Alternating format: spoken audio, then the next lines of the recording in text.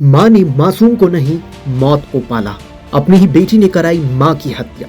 नौकरी के लिए मां की मौत बनी बेटी।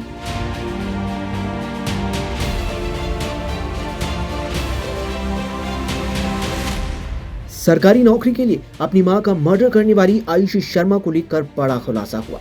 दावा किया जा रहा है कि पिता की मौत के पीछे भी आयुषी का ही हाथ था।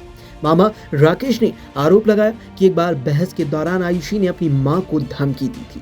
उसने कहा था कि अगर उसके पिता की फीडिंग ट्यूब हटाकर और उनकी हत्या की जा सकती है तो उसकी हत्या करना भी आसान होगा। उन्होंने ये दावा किया कि बाद में नीरज ने एक व्हाट्सएप स्टेटस लगाया था जिसमें लिखा था कि उसके पास जीने के लिए सिर्फ 2 दिन बची हैं। 23 साल की आयुषी पहले ही अपनी मां की हत्या की साजिश के आरोप में गिरफ्तार हो चुकी है। इसमें जो नौकरी है महिला की, उसको पाने के लिए जो महिला की स्वयं की बेटी है और उसके जो जेठ हैं और जेठ के जो बच्चे हैं उनको इसमें शामिल पाया गया है। उसने ये हत्या अपनी कजिन बलराम और रवि, जो अभी फरार चल रहा है, और कई और आरोपियों के साथ मिलकर रची। पुलिस अब उन दावों की जांच कर रही है कि विजय शर्मा की मौत स्वाभाविक थी या फिर नहीं, बल्कि ये पारिवारिक संपत्ति और सरकारी नौकरी से जुड़ी एक बड़ी साजिश का हिस्सा थी।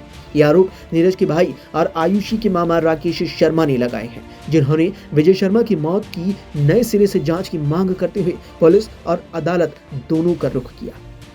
राकेश के मुताबिक विजय शर्मा राजस्थान हाई कोर्ट में कोर्ट मास्टर के तौर पर काम करते थे और एक गंभीर बीमारी से उबर रहे थे। तभी आयुषी ने कथित तौर पर उन्हें सही इलाज नहीं लेने दिया। आयुषी और उसका कजिन बलराम बेहतर इलाज का बहाना बनाकर विजय को घर ले गए, लेकिन लगभग 3 महीने तक परिवार के सदस्यों को उनके ठिकाने के बारे में नहीं बताया। उन्होंने दावा किया कि बाद में आयुषी ने रिश्तेदारों को बताया कि विजय को जयपुर के एक प्राइवेट अस्पताल में भर्ती कराया गया था। जब परिवार के सदस्य अस्पताल पहुंचे तो डॉक्टरों ने कथित तौर पर उन्हें बताया कि उनके शरीर का लगभग 90% हिस्सा बुरी तरह क्षतिग्रस्त हो गया था। बाद में विजय को घर लाया गया, जहां उनकी मौत हो गई। राकेश ने आगे आरोप लगाया कि आयुषी और बलराम ने विजय का अंतिम संस्कार उनके पैतृक गांव में किया और इसके तुरंत बाद आयुषी ने अपनी पिता की सरकारी नौकरी में अनुकंपा के आधार पर नियुक्ति पाने की इच्छा जताई। साथ ही परिवार की संपत्ति को अपने नाम ट्रांसफर कराने की मांग भी की। अपनी शिकायत में राकेश ने यह भी आरोप लगाया कि आयुषी ने एक बार बहस के दौरान नीरज को धमकी दी थी, ये कहते हुए कि अगर उनके पिता को फीडिंग ट्यूब हटाकर मारा जा सकता है तो उसे मारना और भी आसान होगा। उन्होंने आगे दावा किया कि बाद में नीरज ने एक व्हाट्सएप स्टेटस पोस्ट लगाया जिसमें संकेत दिया था कि उनके पास जीने के लिए केवल 2 ही दिन बचे हैं। लेकिन जिस तरीके से ये पूरा मामला सामने आया, इसने हर किसी को झकझोर कर रख दिया।